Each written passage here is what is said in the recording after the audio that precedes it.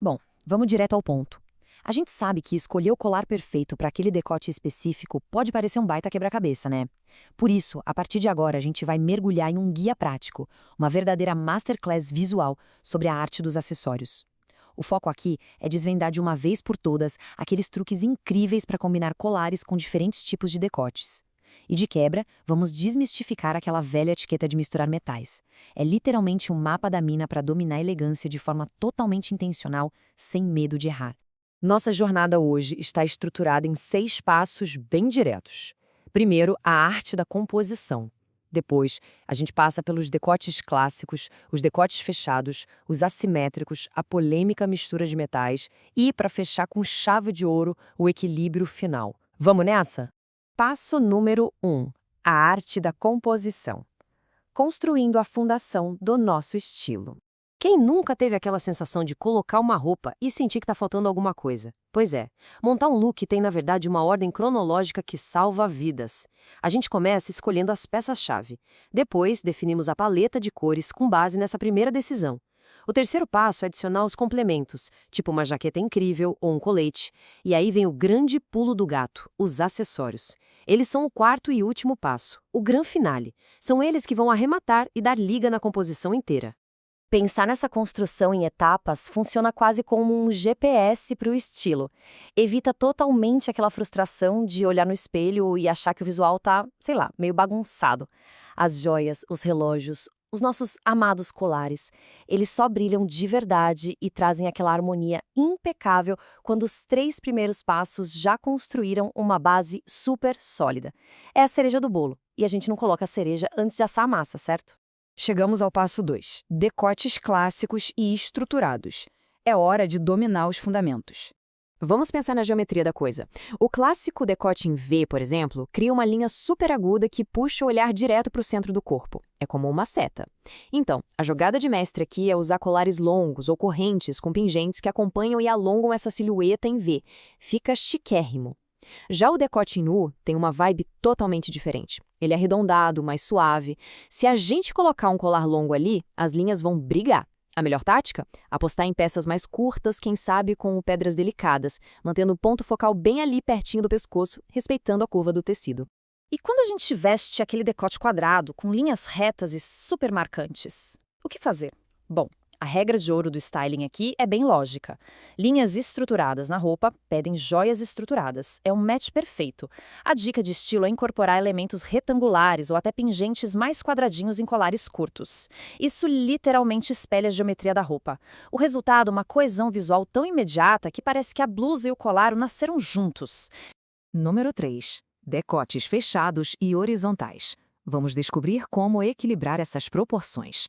Aqui, o segredo do sucesso atende pelo nome de contraste. Vamos imaginar uma blusa de gola alta. Ela funciona como uma tela em branco maravilhosa, super lisa e ininterrupta. É o cenário dos sonhos para a gente se jogar nos colares super longos, naquelas peças de várias voltas ou até em pingentes enormes que criam linhas verticais chiquérrimas. Agora, pegue um decote canoa. Ele alarga a silhueta, puxando a atenção de um ombro ao outro. Se a gente jogar um colar longo em cima disso, vira uma confusão de ângulos visuais. A solução é simples: colares mais curtinhos. Assim a gente mantém o interesse centrado no pescoço e não achata a silhueta.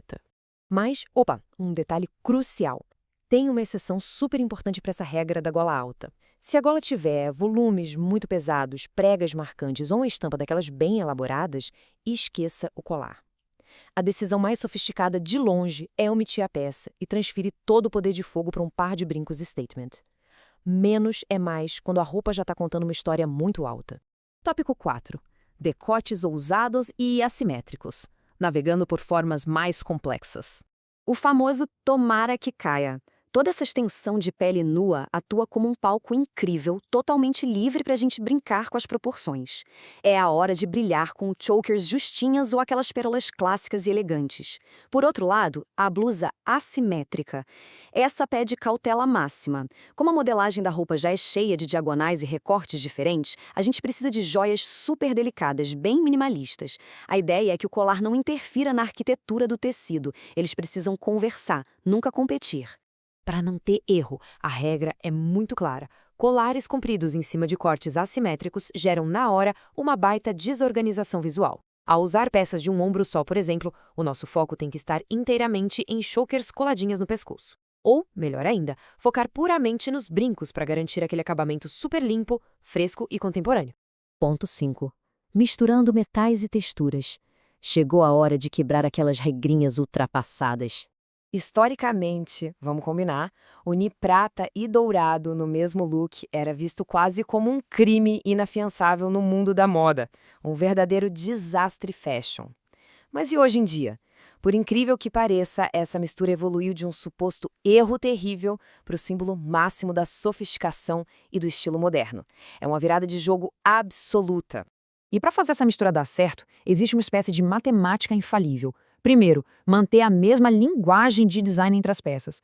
Segundo, combinar os acabamentos, ou seja, se for fosco, vai com fosco. Se for brilhante, com brilhante. A terceira dica é eleger uma cor como a principal, a dominante, enquanto a outra entra apenas como um detalhe de charme. E por último, distribuir esses metais de um jeito bem uniforme pelo corpo. Não é só colocar tudo junto de forma aleatória. Tem uma lógica muito bem pensada por trás desse visual moderno. E tem mais um detalhe importantíssimo que a gente precisa observar: a base do nosso vestuário. Paletas neutras como os brancos, pretos, beges e cinzas são literalmente a tela de pintura perfeita para essas joias mistas. Uma base neutra permite que o dourado traga aquele calor luxuoso e o prateado entregue um toque super moderno e iluminado, sem que nenhum deles tenha que competir com as cores vibrantes de uma estampa, por exemplo. O equilíbrio fica simplesmente impecável. E chegamos ao nosso sexto e último passo. O equilíbrio final, a verdadeira etiqueta da elegância. Essa é, sem dúvida, a lei número 1 do styling. Itens que ficam ali, muito próximos ao rosto, nunca, em hipótese alguma, devem brigar por atenção. É a regra máxima de equilíbrio. Um colar gigante, daqueles que chegam chegando, exige brincos super discretos e silenciosos. E o inverso é perfeitamente verdadeiro. Se a escolha do dia for usar argolas enormes ou um brinco cascata escandaloso de lindo, o colar tem que ser uma corrente extremamente fina ou, sinceramente, a gente simplesmente não usa colar nenhum.